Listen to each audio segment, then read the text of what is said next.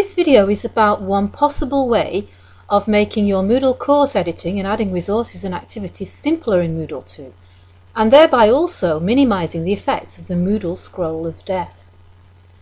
When you're a newcomer to Moodle, one of the most daunting things is the fact that when you try to add a resource and activity, often there are loads of settings that you don't actually necessarily need or even understand. If we take a look at the forum, for example, when you set a forum up, the main thing that you just want to do is to give it a title and a description, what you want people to discuss in the forum. But after that, you've got to scroll all the way down past the grade, the common module settings. If you have conditional activities enabled, you've got to scroll through those as well.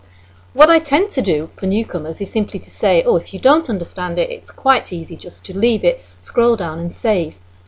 But wouldn't it be nice if you didn't have to see any of those at all anyway? Well, it could be done.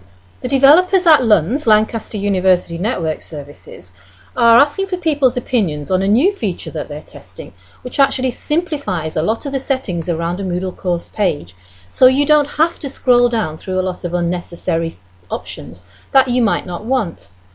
If we compare and contrast, we can see how this works.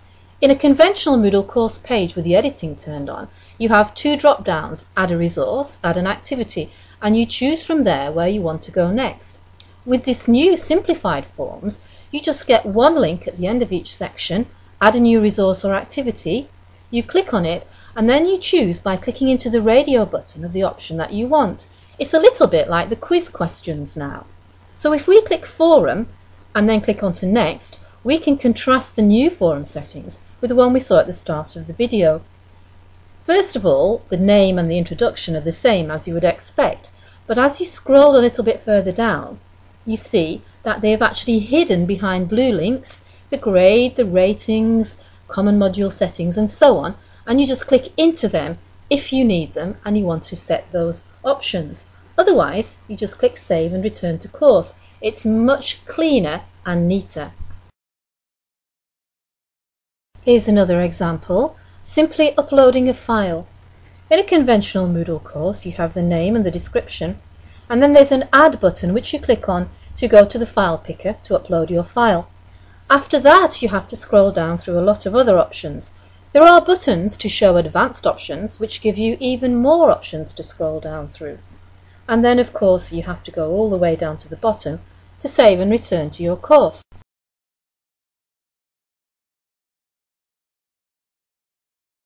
With these new settings, again we have the name and the description, and we have the Add button to click on to get to the file picker, but you see that in the options, all of those possibilities, including the advanced settings, are hidden again behind blue links that we only have to click on if we want them.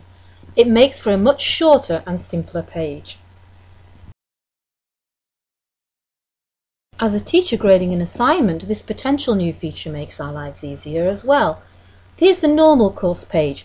As an online text assignment, you could click to open and view the assignment. You would scroll down to add a grade, to type in your feedback, and so on. It's not too bad, but if we contrast it with the new settings, simplified settings, they're merely blue links that you click on to add the grade or the feedback if you need to, and that's it. Much simpler. One of the main culprit areas for the scroll of death is in the course administration settings.